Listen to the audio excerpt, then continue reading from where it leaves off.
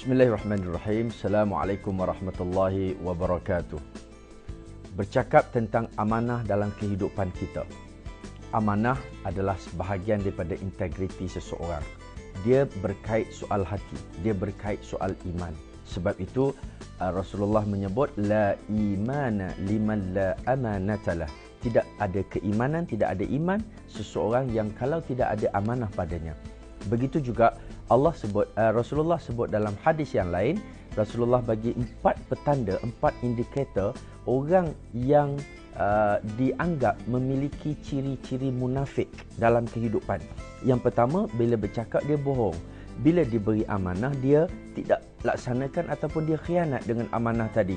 Dan yang ketiga, bila dia berjanji, dia akan mungkir. Dan yang keempat, bila ada pertelingkahan ataupun berselisih pendapat, maka dia akan melampau-lampau dalam tindakan mereka.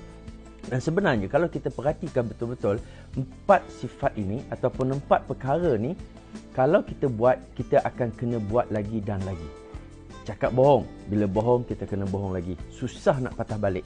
Sama juga bila kita tak amanah, kita dah mula khianat, kita dah mula salah guna kuasa. Kita nak patah balik tu susah, kita akan tambah lagi pasal kita nak cover kesilapan kita. Sama, janji pun sama. Kalau kita melampau dalam tindakan kita pun, kita akan jadi malu nak minta maaf, nak mengaku kesilapan kita. Akhirnya kita akan buat lagi dan kesalahan demi kesalahan akan berterusan. Dalam konteks kehidupan kita, macam mana kita nak pertingkatkan rasa accountability, rasa kebertanggungjawab,an rasa amanah, sifat amanah dalam diri kita. Nombor 1, kita ambil dalam konteks kerja kita, pastikan kita betul-betul layak untuk kerja tu. Sebab ramai orang nak jawatan, ramai orang nak kerja. Dia tahu dia tak layak pun, dia tahu dia tak mampu nak buat pun.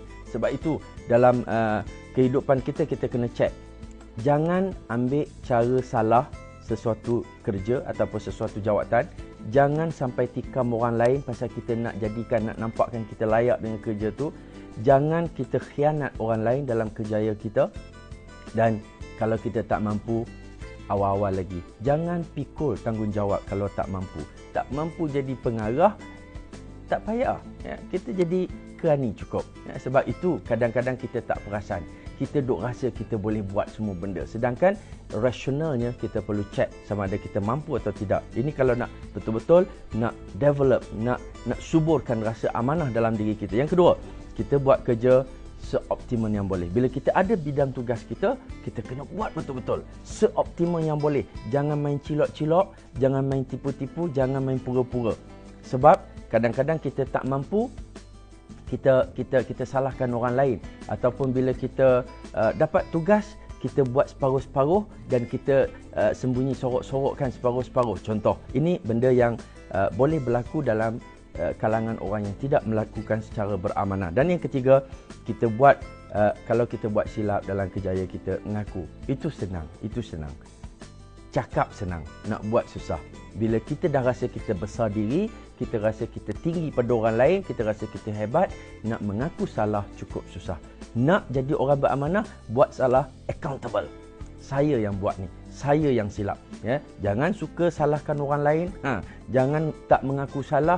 Jangan yang salah tu kita kata betul. Ini semua sifat orang-orang yang tidak beramanah. Sedangkan pada masa yang sama sebenarnya kita tahu perkara tu kesilapan. Dan semua orang buat silap. Kita pun manusia, kita buat silap. Jangan nak tipu-tipu. Apa yang berlaku bila jabatan kita, organisasi kita didatangi oleh audit? Sehari dua sebelum audit datang, kita akan buat macam-macam untuk mengelirukan. Contoh, kalau salah, mengaku salah dan perbetulkan. Itu sebenarnya sifat ataupun cara bekerja dalam konteks amanah. Accountability, bertanggungjawab. Dan kalau kita tak boleh nak betulkan orang, kita betulkan kita. Jom suburkan amanah dalam diri kita. Jangan lakukan kerja kita secara tidak beramanah, sebab dia membawa maksud kita khianat terhadap tanggungjawab dan tugas kita. Dan ini satu ciri orang munafik. Yang kedua, tidak ada tanda-tanda iman dalam diri kita. Dan Allah juga sebut akan dilaknat orang yang tidak melaksanakan amanah secara betul.